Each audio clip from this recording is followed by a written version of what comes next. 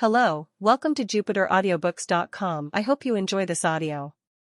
Remember that you can find this and many other complete novels visiting our official website, JupiterAudiobooks.com. Get comfortable and enjoy the narration. Prologue. Clara the live streamer. Hey there. And we read back at S Clara channel time. Are you having a crazy day, my Clara mates? So that's how it is. We re-streaming at a different time than usual today. But you know how it is with your good friend Clara, Don Cha? These things are bound to happen. And thank you for all your comments. What else with all the close-ups of my face? Did you notice?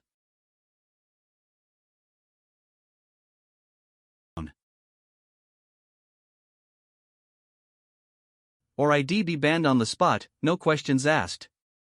Oh? You don't believe me? How's this, then? Totally bare, see?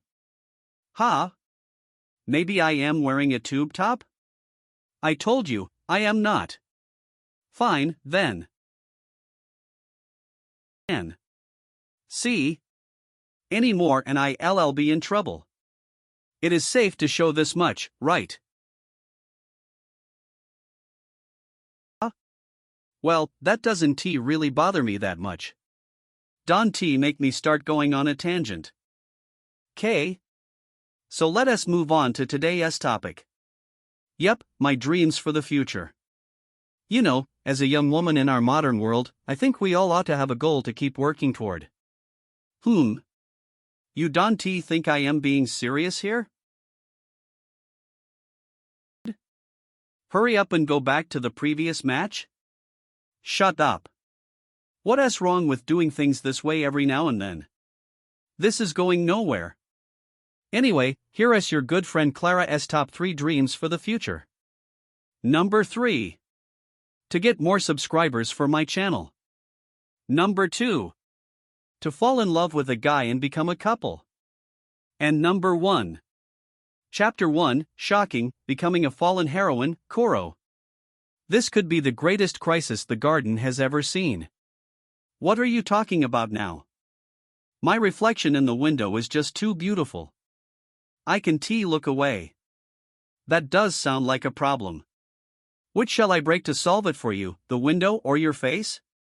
Such was the response from the girl with dark hair and dark eyes. Her tone ice cold as she looked on with narrowed eyes and a slight head tilt. She was Kuro Karasuma, Mushiki's attendant, though strictly speaking, she served the original owner of his current body.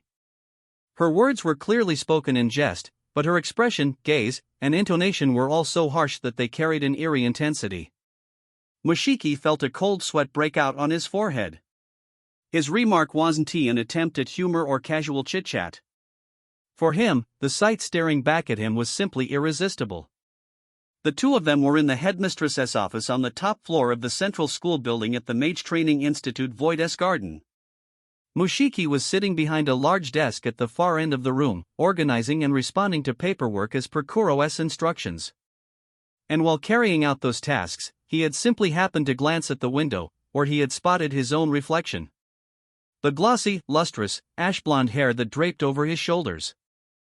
A beautiful face with perfectly balanced features that transcended worldly terms like the golden ratio. In the center of that beguiling countenance, a pair of colorful eyes transfixed him with their alluring charm. Indeed. The image in the reflection wasn't that of Mushiki Kuga, a mere high school boy, but rather a beautiful young woman, a veritable goddess made flesh. From the moment he laid eyes on her, it was like an arrow had struck his heart. He found himself unable to divert his gaze. Yes, to use a metaphor, she was whatever it is, please snap out of it. Alas, interrupting his thoughts, Kuro grabbed Mushiki by the head and, with a violent jerk, forced him to turn his attention back to the matter at hand. The silken hair swayed gently before him. With that image having vanished from his vision, he found that he could finally move his body once more. Sorry, he said with a sigh. Thanks. The second I met those eyes in the window, it was like I froze. Have you become Medusa? Then? Kuro said in exasperation as she piled a fresh stack of documents atop the desk. Now, let us move on to the next batch. Ivy already read and signed everything, but we can send them back without first affixing a magic-based form of certification. Everyone's inherent magic has a different latent pattern, so this last step has to be performed using Saika's body. She pointed to the space at the bottom of the page after explaining. There, the name Saika Kuozaki was written in neat handwriting. Yes. Saika Kuozaki. The headmistress of Void's Garden and the strongest mage in the world. The identity of the individual whom Mushiki had now become.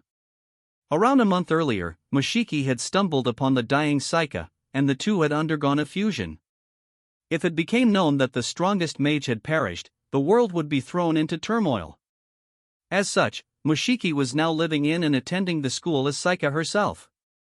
This paperwork was just one of his duties as the headmistress. Right. What do you mean by certifying the documents? He asked in Saika's voice. Koro continued to point to the letters at the bottom of the page. We use a special ink with a high sensitivity to magic, so all you have to do is lightly trace the name here with your finger. Like this?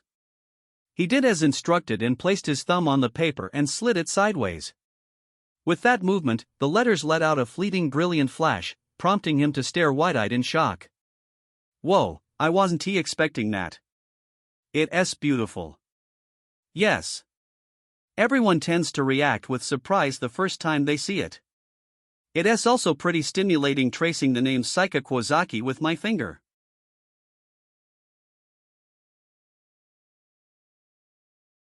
The first document and then pointing to the next one underneath. I am afraid there are a lot of these, so please. I've been somewhat busy lately, so they've built up a little. Leave it to me. I am a little surprised, though. I mean, given how organized everything is here at the garden, I would have thought this would be done electronically or something. Personally, I would like to move to digital authentication as soon as possible, as our current method is extremely inefficient. Unfortunately, there are still many traditionalist mages who place too much emphasis on old methods. Sounds pretty similar to the world outside the garden, Mushiki said with a shrug. Everyone else is younger than Lady Saika, yet they so stuck in their ways, she all but spat under her breath. Ha ha. Mushiki flashed her a forced smile as he certified one document after the next. As he traced the signatures of several more documents, he felt his eyebrows begin to climb up his forehead. Every now and then, an interesting turn of phrase kept popping up on the sheets of paper as he skimmed their contents. An interschool demonstration battle. What's that supposed to be? He asked. Yes, Koro answered with a nod. A friendly match between another mage training institute, Shadow Tower, and us. Mushiki was a little taken aback by that response. You mean there are other mage schools besides the garden? Indeed. Annihilation factors appear all over the world. In Japan alone, there are 5 training institutes. We regularly provide opportunities like this for students to improve their skills and share ideas. It made sense, come to think of it. Convinced, Mushiki stroked his cheek in thought. Only then did he notice another detail from the document in front of him. I thought it looked like it was coming up soon, but the day after tomorrow? Yes, well. I should have submitted these documents last month, but with so many things happening lately, there were some delays. That said, these forms are just a formality. Rest assured that everything has been well prepared, Koro said. I hope so, he murmured, crossing his arms. Since she didn't know what to make of his reaction, Koro's expression remained emotionless. There's no need to worry. Only the 5 students selected as representatives will be required to fight. Seeing how you've just transferred to the school, Mushiki, it is highly unlikely that you will be chosen. No, I mean, I am not really worried about that. It's just. He fell silent. One face in particular flashed through his mind at the word representatives. Will Ruri be one of them, perhaps? Without a doubt. It wouldn't make sense if Knight Fuyajo wasn't selected as one of the 5 students. Koro nodded. Right. he exhaled, struck with admiration for his younger sister. Though still a student herself, Ruri Fuyajo was counted among the strongest knights of the garden. As her brother, Mushiki was filled with pride and overjoyed to hear how highly regarded she was here. But after pondering this for a moment, he shook his head slightly. Ha! From the way you re-talking, it sounds like the 5 students haven't been chosen yet, though. That is correct. The Garden's administrative AI will select 5 students to represent us just before the start of the match. That sounds pretty sudden. I guess they wouldn't have much time to prepare or practice, then, would they? One doesn't always have an ideal team ready to engage in Annihilation Factor. A mage must be capable of adapting to the environment and the situation at hand. I see. It was certainly true that there could be no anticipating when an Annihilation Factor might appear, nor what the situation would be at the time. In short, theirs was a constant battlefield. It was important to be constantly ready without requiring any special preparation. In any event, all you have to do is attend the welcome ceremony and watch the match. Afterward, well, please just offer a few words of thanks to the participants. Koro paused, removing the next document. Please continue with your work. If you keep stopping, we won't be able to get through them all. Ah, right. Mushiki nodded, tracing the signature on the remaining documents with his finger. How long did it all take? By the time he finished going through the whole pile, his thumb was starting to feel a little numb. Well done. Now then, I will return these to the relevant parties, Koro declared. Ah. Thank you, he responded, raising a hand in gratitude. Koro gathered up the papers, then turned back to him. Now, we should move on to substantiation training. Shall we start the preparations now? Yeah, okay, he replied, tensing up slightly at the sudden change of topic. By substantiation training, she meant practicing how to use his magic techniques. And by preparation, she meant stimulating him to ready his body for training, to disturb his mental state and increase the flow of his magical energy.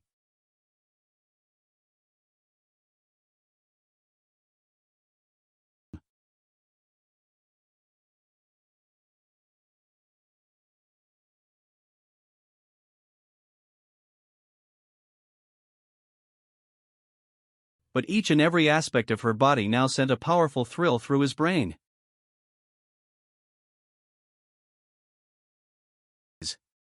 As she spoke, she placed her hands on his shoulders and leaned in. Ah! What in the world was she about to do to him? Dizzying fantasies swirled inside his head, and he suddenly found himself short of breath.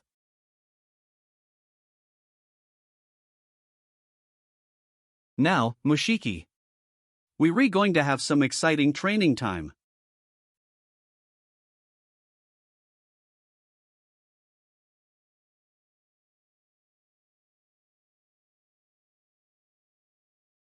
In the slightest, but it was as if she had somehow become a completely different person. No sooner did he hear that than he felt an electric current course through his brain, his chest tightening and his whole body heating up. Then a vague glow enveloped his body as it transformed into an entirely different figure. A few moments later, a young man was sitting atop the oversized chair in the headmistress's office. His hair was pale in hue, his face androgynous. Even his navy blue uniform had adjusted to suit his more masculine body. Yes.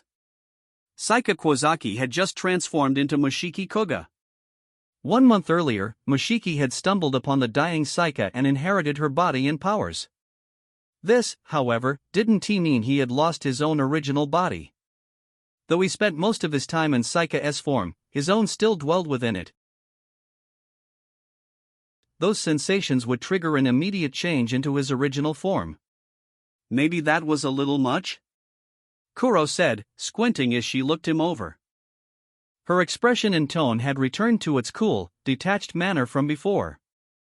Mushiki could feel the blood rushing to his cheeks as he pursed his lips. That's bound to happen, what with Saika herself whispering in my ear. Indeed. In truth, there was no human by the name of Kuro Karasuma in this world. The young woman before him was an artificial vessel that Saika Kuozaki had prepared as a refuge for her soul should she find herself caught in an emergency. In other words, Mushiki was presently occupying Saika's body, while Saika was presently in Kuro's. Simply put, this was indeed a messy situation. Could you warn me the next time you do that? I've got to prepare, too. Prepare your heart, you mean? Recording equipment. You never change, she retorted, fixing him with a hard glare. But let us move on. Time is short. We'll begin your training at once. The two bodies, yours, Mushiki, and Lady Saika's, are two sides of the same coin. If you die, so, too, does Lady Saika's body. To prevent that from happening, we need to ensure that you are at least strong enough to fight. Yeah, I get all that. By the way. What now? You aren't going to talk like Saika anymore? He asked sadly. Kuro let out a small sigh. Just like the truth about your body, we cannot risk my secret leaking out. We should refrain from such actions as much as possible. I see. You're always quick to sink into depression, she exclaimed with an exasperated look as she approached the back of the headmistress's office and reached for the doorknob. I would like to use the training grounds, but we would be a little too conspicuous there. The courtyard in front of Lady Saika's mansion will make a better choice. With that, she opened the door, revealing a beautiful forecourt surrounded by magnificent flower beds and carefully cultivated trees. Of course, this wasn't the top floor of the central school building. There was no way that a place like this could have existed on the other side of that wall. Rather, the door operated through a magical distortion, leading to a different place within the grounds of the garden. Mushiki. This way, please. Yes, he answered in a simple though clear voice as he followed her through the doorway. He found himself in front of Saika Kuozaki's private residence in the garden's northern precinct. There was an elaborate gate up ahead, followed by a paved path extending beyond. It was hardly designed for ease of combat, but it was more than enough for a novice mage to practice his skills. Now then, let us begin. Please try activating your second substantiation, Kuro urged as she positioned herself on the paved path. Right. Mushiki nodded, collecting his thoughts. It felt like he was trying to force all the elements that composed his body together, from his feet to his gut, from his head to his chest, from his shoulders to the tips of his hands. He took stock of his whole body, focusing his strength into a single point. Ugh. But nothing appeared in the palm of his right hand. Kuro exhaled at long last. That's odd. You have successfully pulled off your second substantiation once before. Sorry. I didn't really know what I was doing that time. She stroked her chin. Perhaps you exerted more power than usual after falling into an extreme situation. Well, that kind of thing does happen on occasion. Magical energy does change greatly depending on one's mental state. She paused there, narrowing her eyes. So long as you are in possession of Lady Saika's body, this will pose a problem. You must learn to use your powers in a stable manner. Right, he said meekly. Kuro sighed. But if all we're going to say is do it, the garden can hardly be considered a training institute. Let us build you up to it. Are you ready? Yes. Even if it costs me my life. Mushiki responded fervently. Kuro gave a slight shrug. I appreciate your spirit, but that won't do either. If you perished, Lady Saika would also die. Sorry. You know what I mean. Very well. I don't doubt your enthusiasm, she said with a nod, before raising a finger. As I said earlier, you have already succeeded once in activating your second substantiation. Which means that you already have everything you need to do it again. Do you follow, Mushiki? She asked. The substantiation created by your technique is, so to speak, a component of your inner self. Your first substantiation, phenomena, brings forth magical effects that exist within you. Your second substantiation, matter, establishes those effects as a tangible substance. By moving from one substantiation stage to the next, you expand the scope of your inner self outward. So let us keep that image in mind as we try it again. Right. He nodded, fixing his attention on his right hand yet again. NNGH, but try as he might. Nothing appeared in his hand. Kuro let out a long breath. Well, if you could do it with just some simple words of advice, you would hardly need training. It will take steady, repetitive practice. Right. Sorry. As though suddenly remembering something, Kuro raised an eyebrow. Now. Yes. This may seem somewhat childish, but let us prepare some treats. Treats. Yes. To serve as a reward.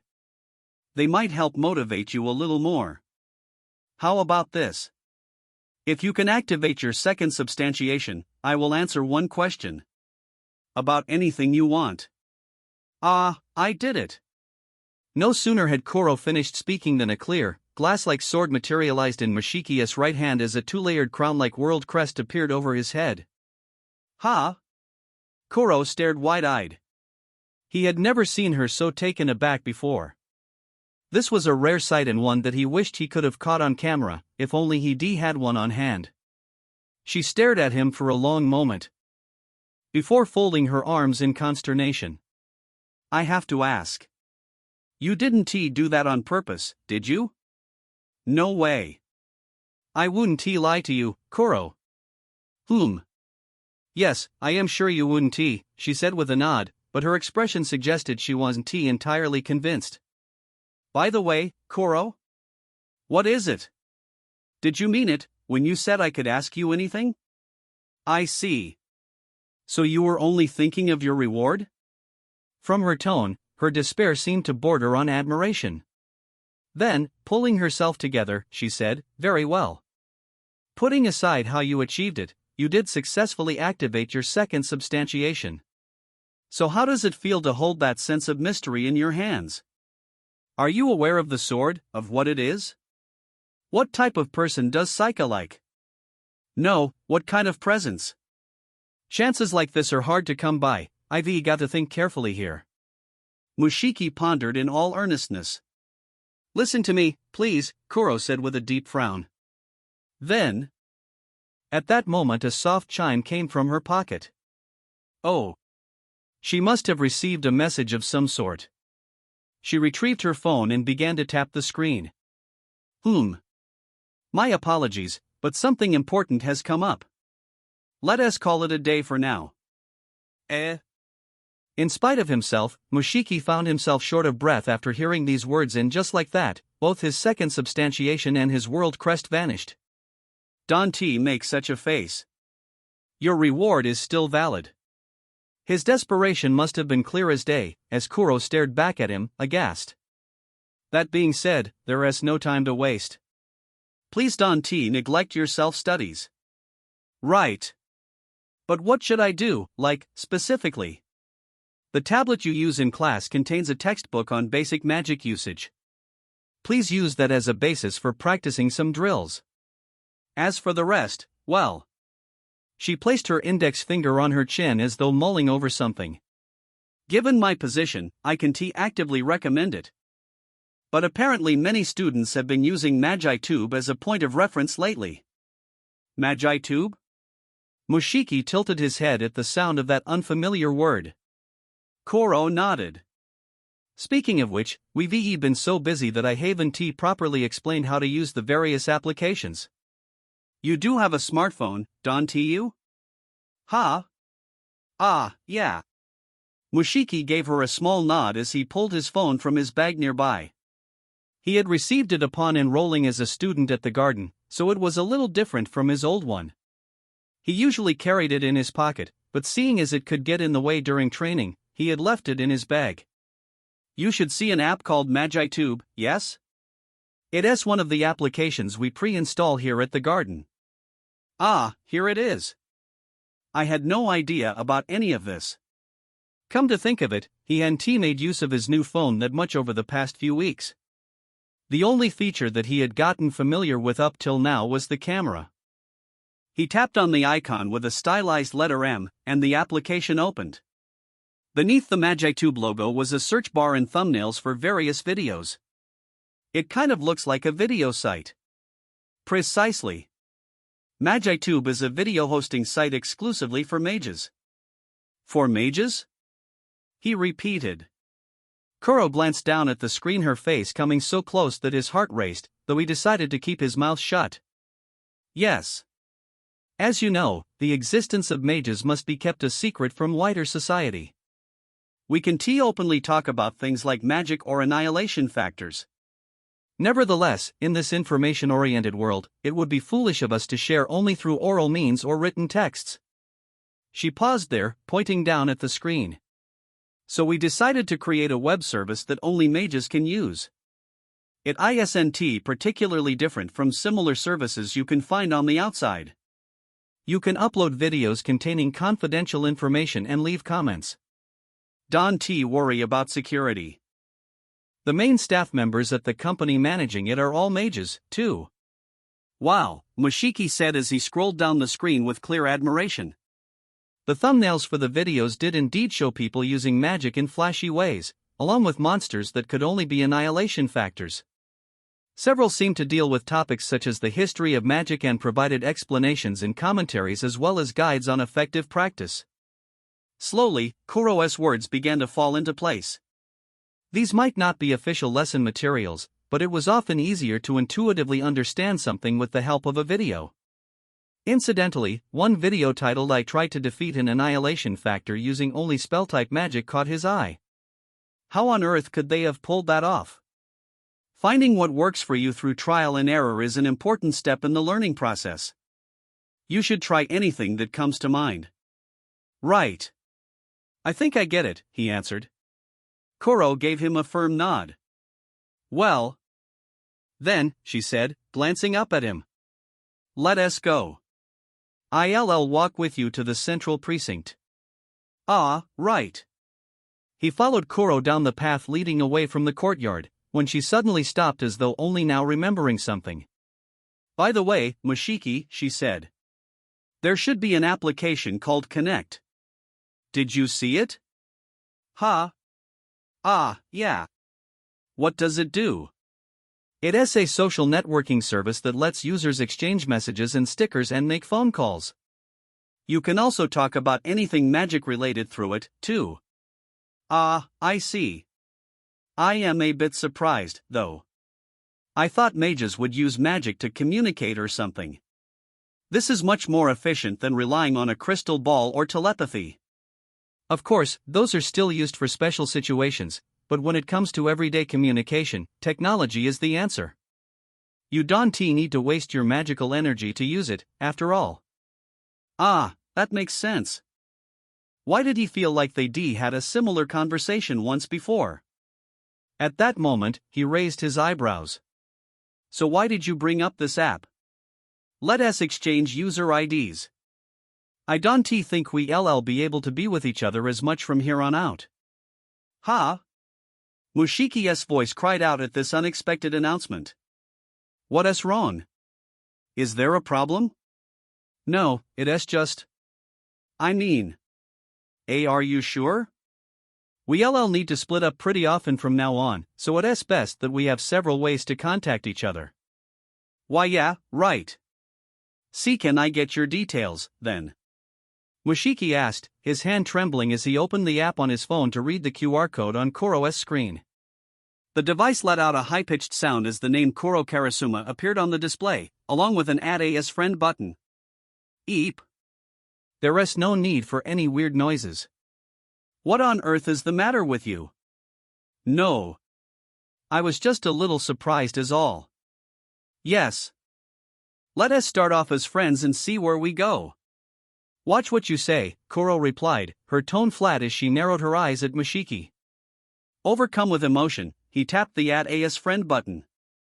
I can't believe it. Saika's details, on my phone.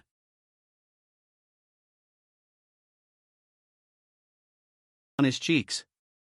I don't have any more regrets, he whispered, holding his phone close to his chest. Haven't you set the bar a little low there? Kuro said with a sigh as she returned her own phone back inside her pocket.